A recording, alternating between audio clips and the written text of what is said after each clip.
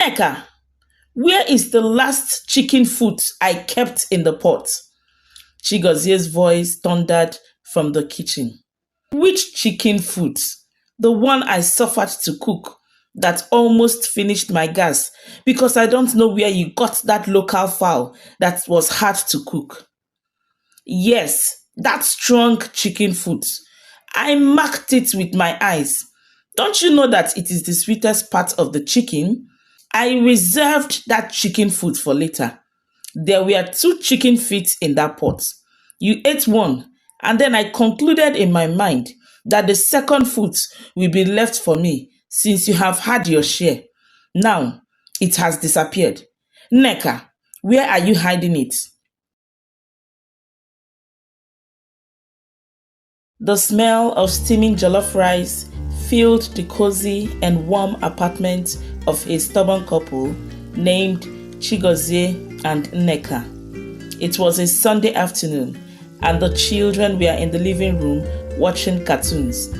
Everything was peaceful until it wasn't.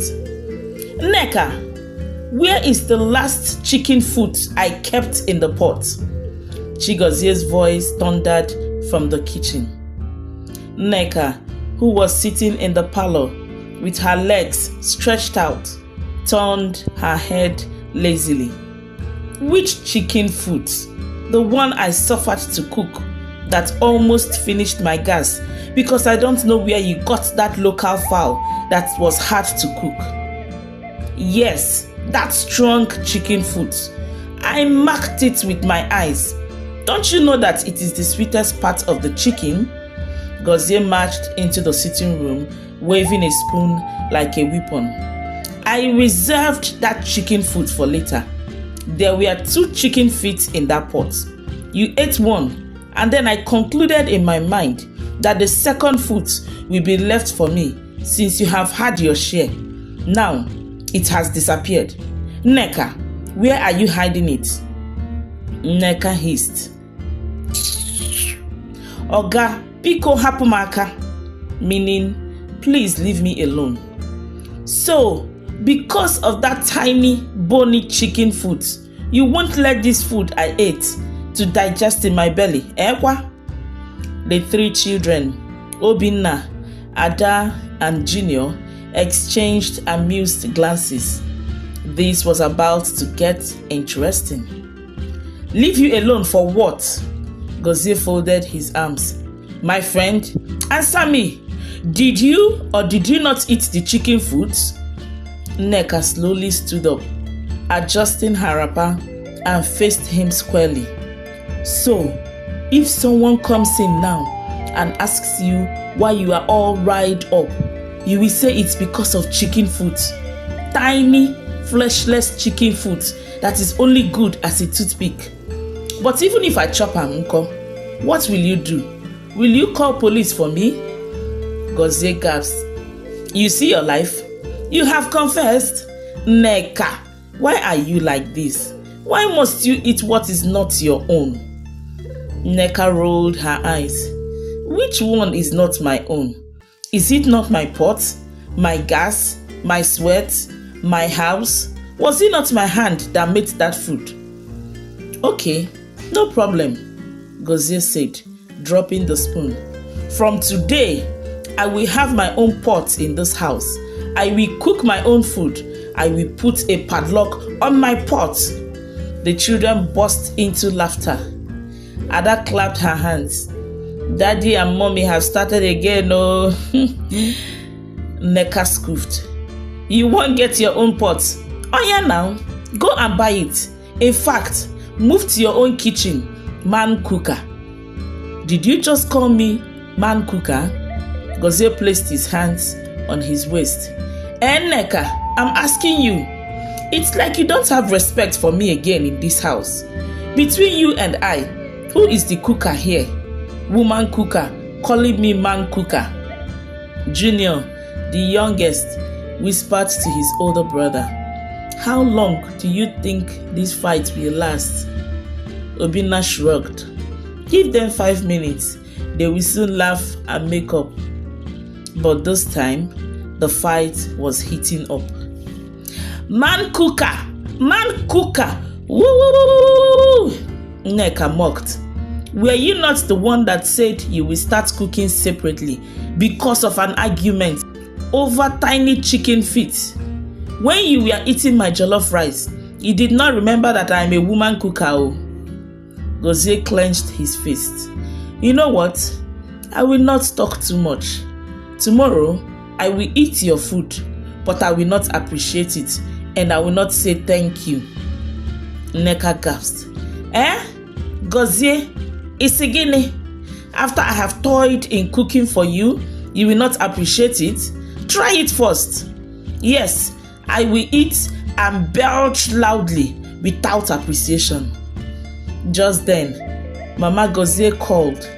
Nneka snatched the phone from Gozie before he could answer. Mama, come and talk to your son. Oh. He is threatening to start cooking his own food.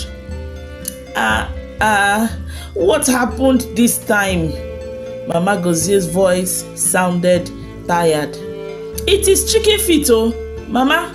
Ordinary chicken feet. Gozie grabbed the phone.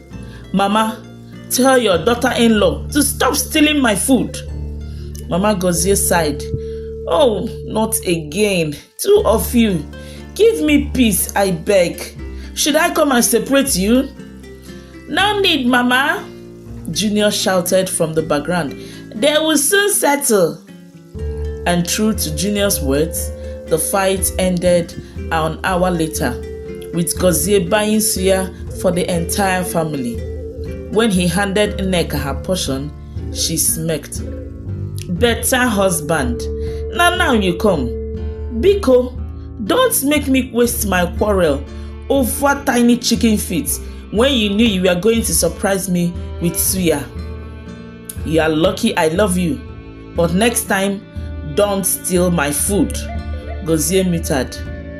Oh, Ikeburu, we shall see, Nneka said while chewing the suya meat loudly. Ada whispered to her brothers, how long before they fight again? Obinna chuckled. Give it till morning. Indeed, the battle had ended for the day, but the war was far from over.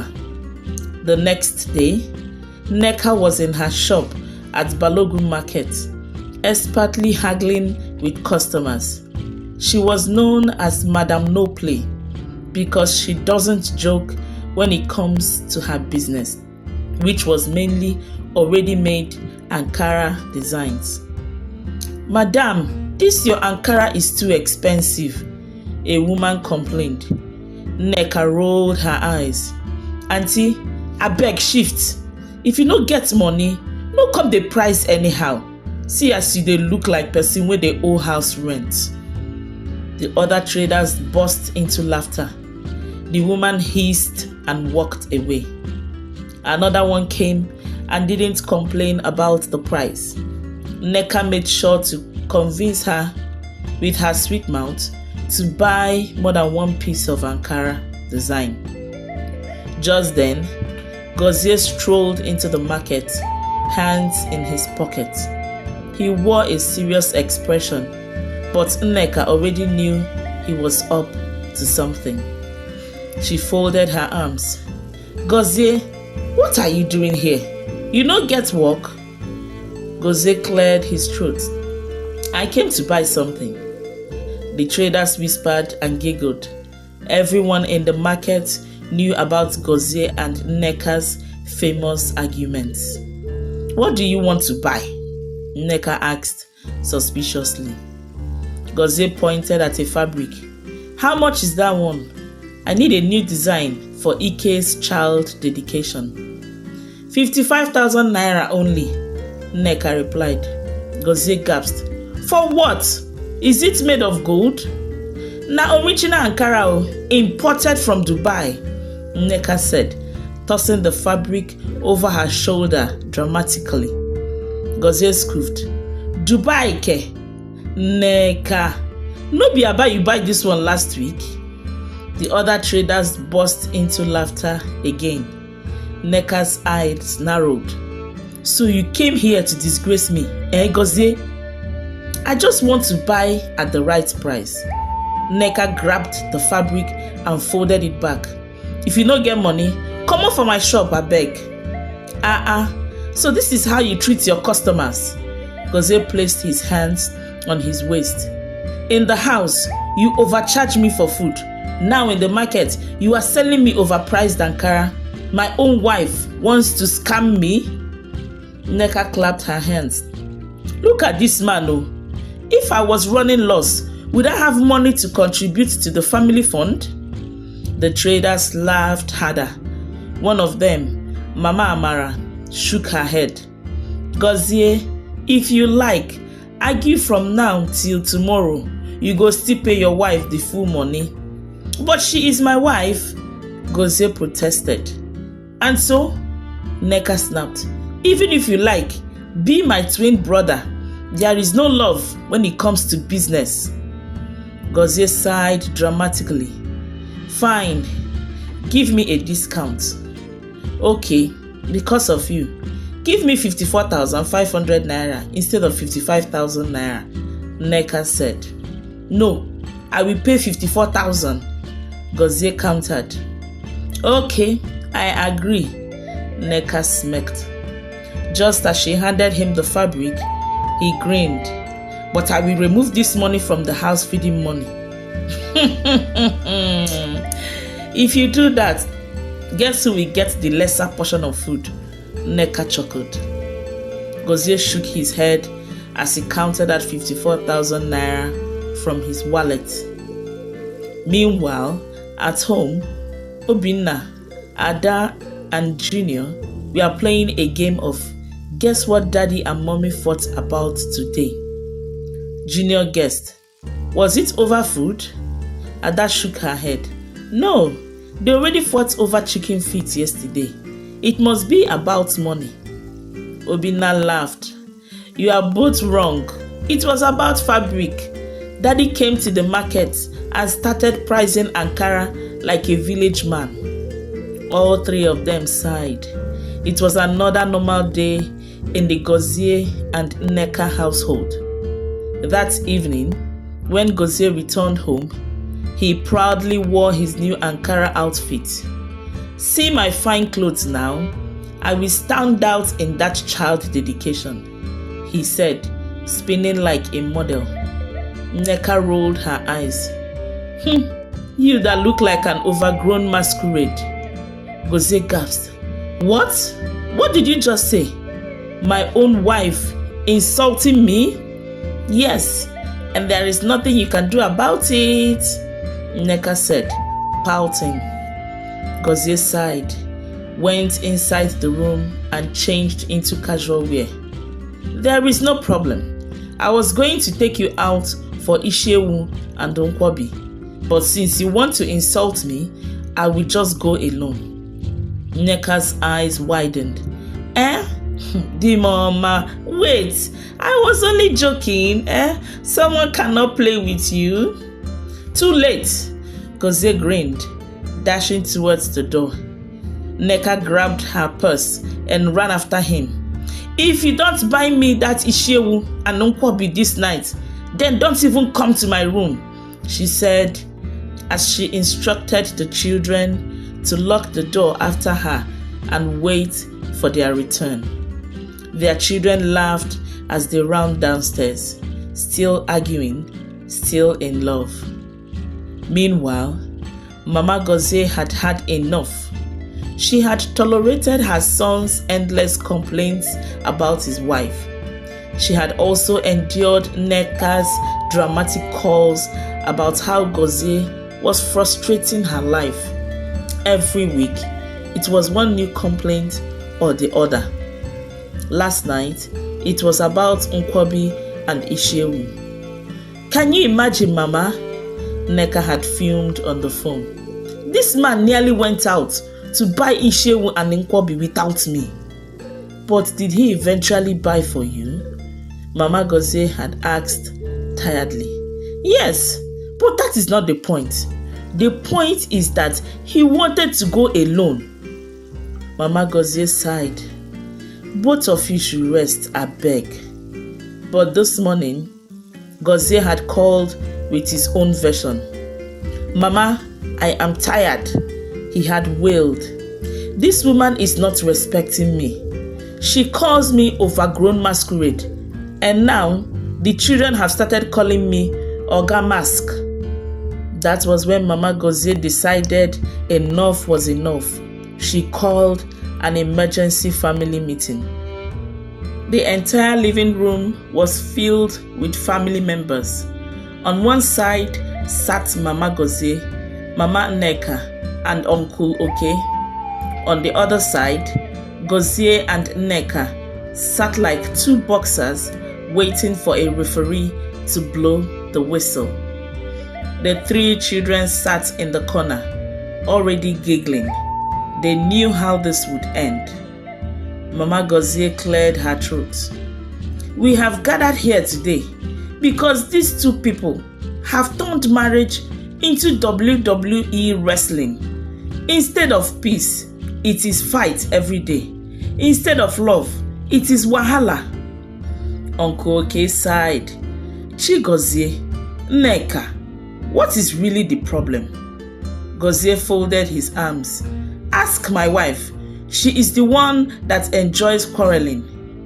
I am the one? You unko, you that argues over everything, even whether I should put Maggi before or after salt."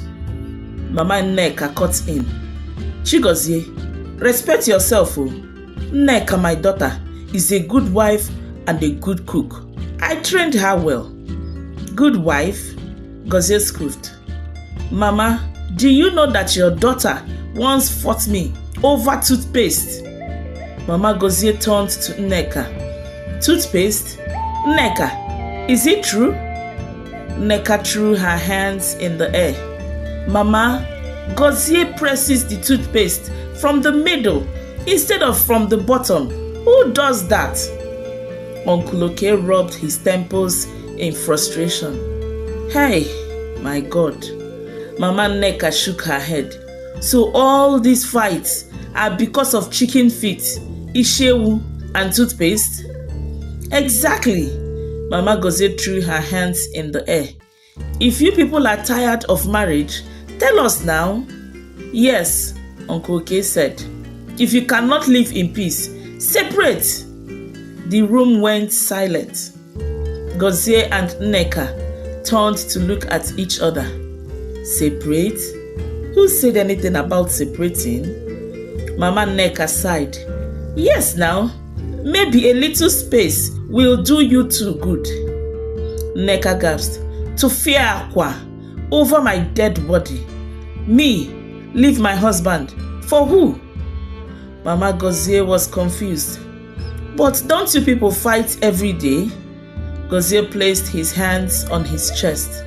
"Mama, is it fight that will now make me leave my wife? My own Nneka?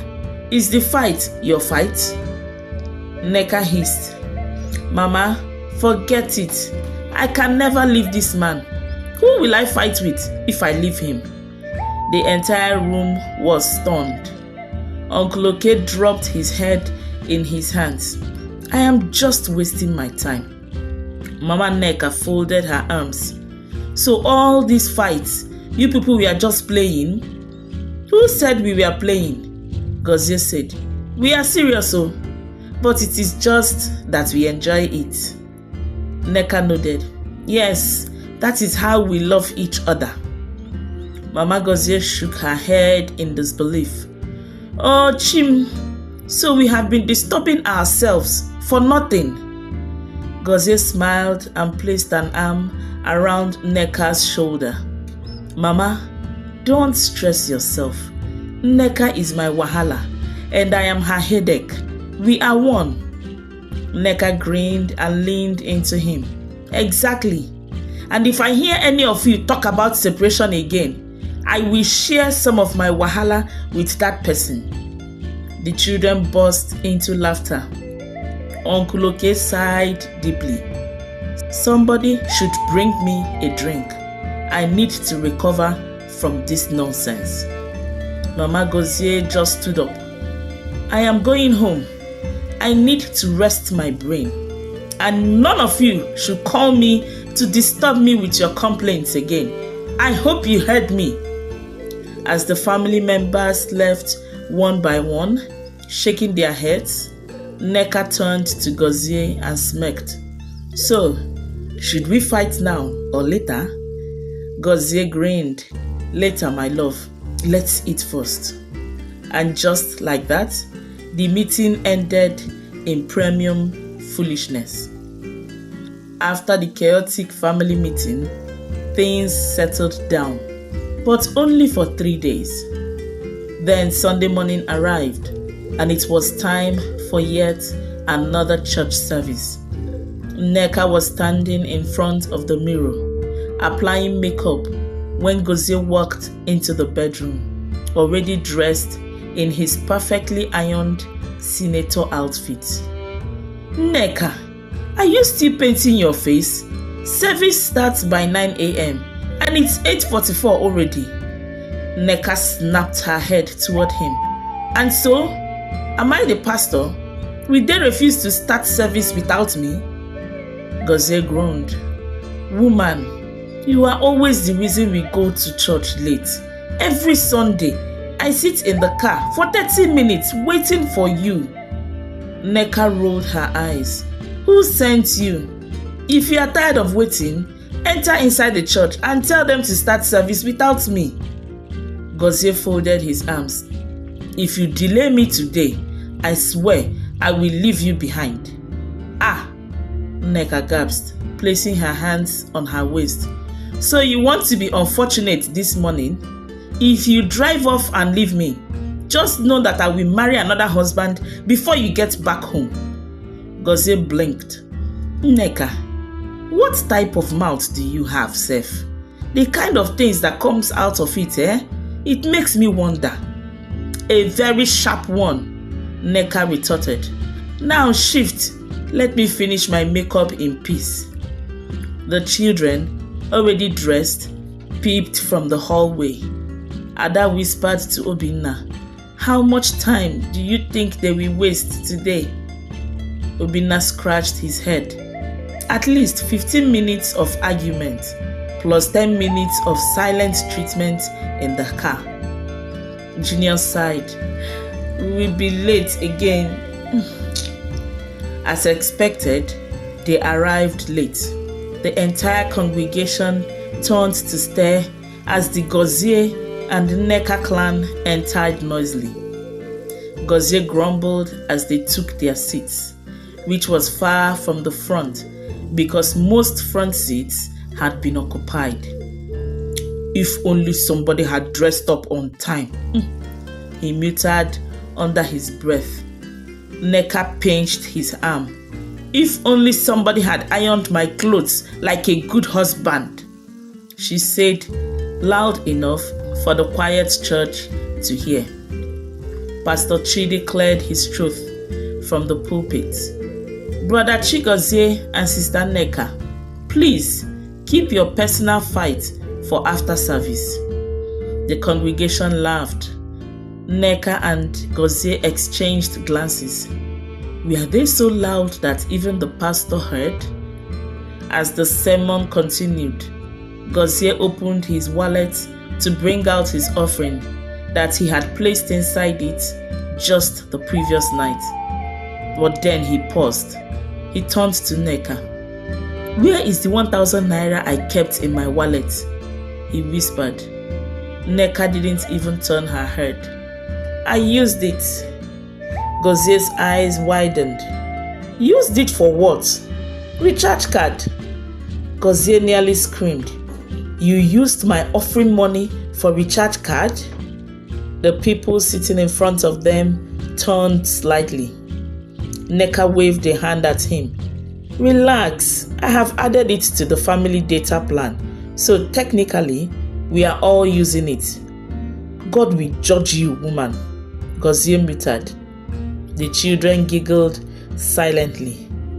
By the time it was offering time, Gozie put his hands in his pocket and dropped 200 naira instead. "Nneka, where is your offering?" he asked smugly. I gave online, Nneka smirked. Gozie gasped. So you have money for online offering, but you used my 1,000 naira? Even in the house of God, their wahala had followed them. As they walked to the car, Sister Amaka from the women's group smiled at them. You two always make us laugh, she said. But honestly, you love each other too much. Even when you quarrel, you can't stop smiling. Gozie and Nneka exchanged glances. Who told you I love this man? Nneka scoffed playfully. Gozie placed his hand over his heart. Oh, you have broken my heart, my love. The congregation members standing around them laughed. Obinna whispered to Ada, give them 10 minutes, they will start again. And sure enough, as soon as they entered the car, Gozie started. Nneka, you still owe me 1,000 naira. Nneka gasped. You are still talking about that money? Yes now. In fact, I will remove it from your next market money. Gozie, remember that today is Sunday and you haven't eaten lunch. Be careful not to say anything that will be used against you when it's time to dish rice and chicken this afternoon.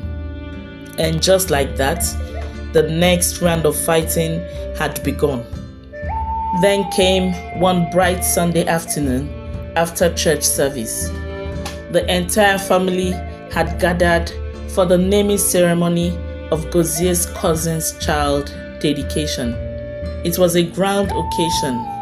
Canopies, coolers of jollof rice, and plenty of gossiping aunties. As expected, Gozie and Nneka arrived fashionably late. Gozie was wearing the crepe's Ankara outfit he bought from his wife that had been well starched and ironed and paired with his usual dark shades, looking like a Nollywood billionaire. Nneka, however, stole the show in her dazzling red lace and her gele that stood like a tower of Babylon.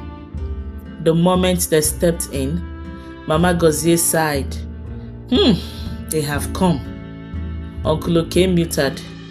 Let's take a moment and say goodbye to peace and quiet. Everything was going smoothly until it was time for food. Nneka had disappeared into the kitchen to collect food for herself and Gozie, leaving him at the table with some guests. But when she returned, she placed only one plate in front of him. Gozie frowned. Where is my own? Nneka blinked innocently. This is our own. Gozie gasped. One plate? For the both of us? Nneka, am I a bird? Calm down. Food is small, and I don't want to look like I eat too much in public. Nneka whispered. Gozie scoffed. Nneka, you are saying this? You that finished 3 wraps of pounded yam at our wedding reception? Nneka gasped. Gozie! Some guests turned curiously. Gozie ignored them and pointed at the plate. How can 2 adults share one small plate of jollof rice? Nneka hissed. Gozie, stop disgracing me. Just eat. Gozie sighed and picked up his spoon. But just as he was about to take his first bite, Nneka grabbed the biggest piece of meat and dumped it in her mouth. Gozie froze. Nneka. She chewed happily. Yes? You just ate the biggest meat. And so? Gozie dropped his spoon. This marriage is not working. The guests at the table burst into laughter. Gozie and Nneka glared at each other, spoon and fork in hand. Okay, fine, Nneka said. Take the second biggest meat. Gozie reached for it, But before his spoon could touch it, Nneka grabbed it again and beat it. Nneka! The entire gathering turned. Mama Gozie stood up. What is happening here again? Gozie pointed at his wife like a child reporting to the teacher. Mama, look at this woman. Oh. We are supposed to share food, but she has eaten both big meats. Mama Nneka covered her face in shame. Chai, these children will not kill me. Uncle Oke shook his head. So this is today's problem. Party big meat? Gozie turned to Nneka. You are a wicked woman. You have no respect for your husband and the Igbo tradition. Nneka licked her fingers. Sorry, darling. You are just a slow eater. The guests exploded in laughter. Mama Gozie sat down and rubbed her temples. Chineke, why did I allow my son to marry this troublemaker? Mama Nneka snapped. Which troublemaker? Your son is the real troublemaker. Before long, both mothers were arguing, while Gozie and Nneka continued their jollof rice war. Meanwhile, in the corner, their children were enjoying the show. After all the noise and quarrel, Gozie and Nneka made up before the event even ended. How? They teamed up to fight someone else. When one guest made a comment about how much Nneka had eaten, Gozie immediately switched sides. Excuse me, what do you mean by that? He asked. The guest chuckled nervously. Nothing, oh. I was just saying. Nneka folded her arms. Are you calling me a glutton? No. Gozie shook his head. No. Say it with your full chest if you are a man. Before long, both of them were defending each other aggressively, and the earlier fight over the meat and jollof rice was forgotten. Mama Gozie and Mama Nneka exchanged tired looks. Someone please remind me not to waste my time putting my mouth in these people's matter anymore. Mama Nneka shook her head. Me too. I'm tired. Meanwhile, Gozie and Nneka were now laughing and holding hands while their children shook their heads. Obinna sighed. This is how it always ends. Ada nodded. Yes, until the next fight. One evening, Gozie returned home exhausted from work. He opened the door, expecting to hear the usual noise from his children. But instead, he was met with complete silence. He froze. Something was wrong. Nneka, he called out. No response. He dropped his bag and walked cautiously into the living room.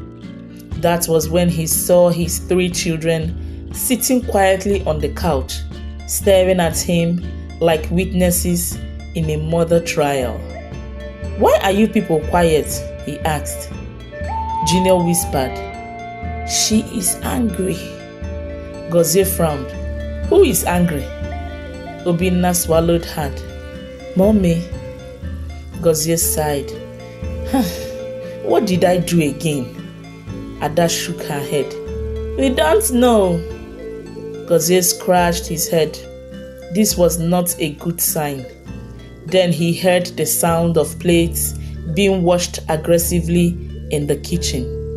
He took a deep breath and entered the battlefield. Nneka was at the sink, scrubbing plates with the vengeance of a woman scorned. Gozie cleared his throat. My love. No response. He stepped closer. Nne baby. Nneka continued washing, her movements getting faster and louder. Gozie frowned.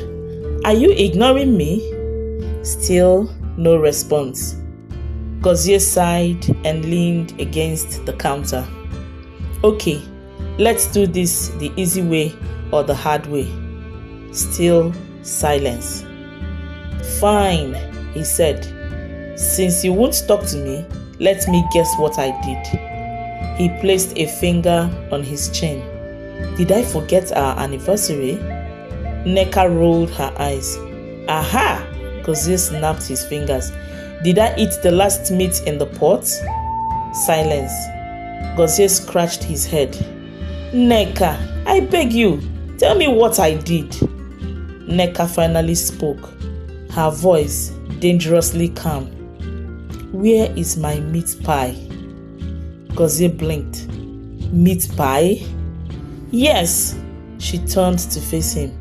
You promised to buy me Debbie's meat pie on your way home, and I have already peeped through the window and saw you walking in empty-handed. Gozie gasped. Is that why you are angry? Nneka dropped the plate she was holding. So it's not enough reason for me to be angry?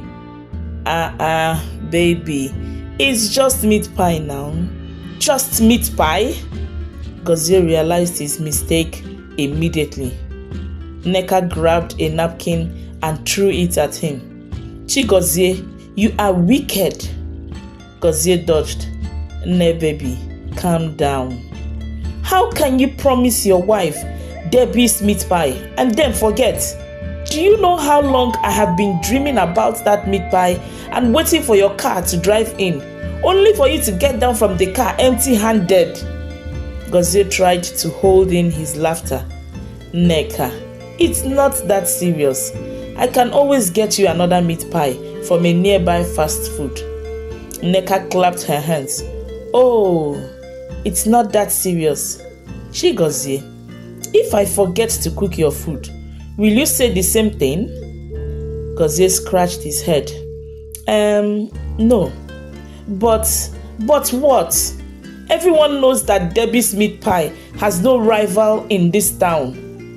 Nneka picked up a spoon and pointed it at him. I don't blame you. I blame myself for trusting you with this ordinary task when I could have grabbed some for myself while coming home. Don't bother yourself, but you will suffer for this.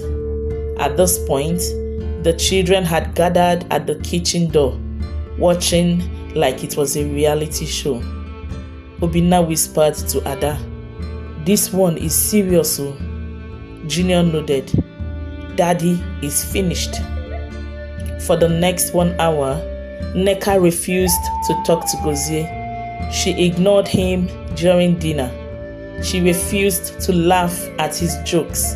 She even refused to pass him the TV remote. Gozie sighed. This was serious punishment, and he knew another punishment waited for him at night. Finally, he gave up. He grabbed his car keys and left the house. 30 minutes later, he returned with 10 pieces of Debbie's meat pie. Thankfully, they closed very late on Fridays, and their meat pies were always replaced with freshly baked pies once it finishes. Nneka eyed him suspiciously. What is that? Gozie smiled and pulled out 10 freshly baked meat pies. For my one and only Wahala woman, he said sweetly. Nneka tried to frown, but her nose twitched at the smell of fresh, unique meat pies that could have come from no other place but Debbie's. You think you can bribe me with meat pie? She asked. Gozie unwrapped one and waved it in front of her. Are you sure? Nneka swallowed. I hate you. Gozie grinned. No, you don't. She snatched the meat pie from his hand and took a bite, relishing the taste. Her Friday nights aren't complete without her favorite meat pie. Gozie sat beside her. So, are we good now? Nneka chewed, swallowed, and looked at him. Fine, but next time, if you forget my meat pie again on a Friday, I will change your destiny. Gozie laughed and pulled her into a hug.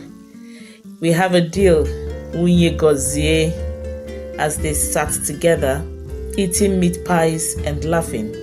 The children whispered to each other. Junior sighed. Here we go again. Obinna shook his head.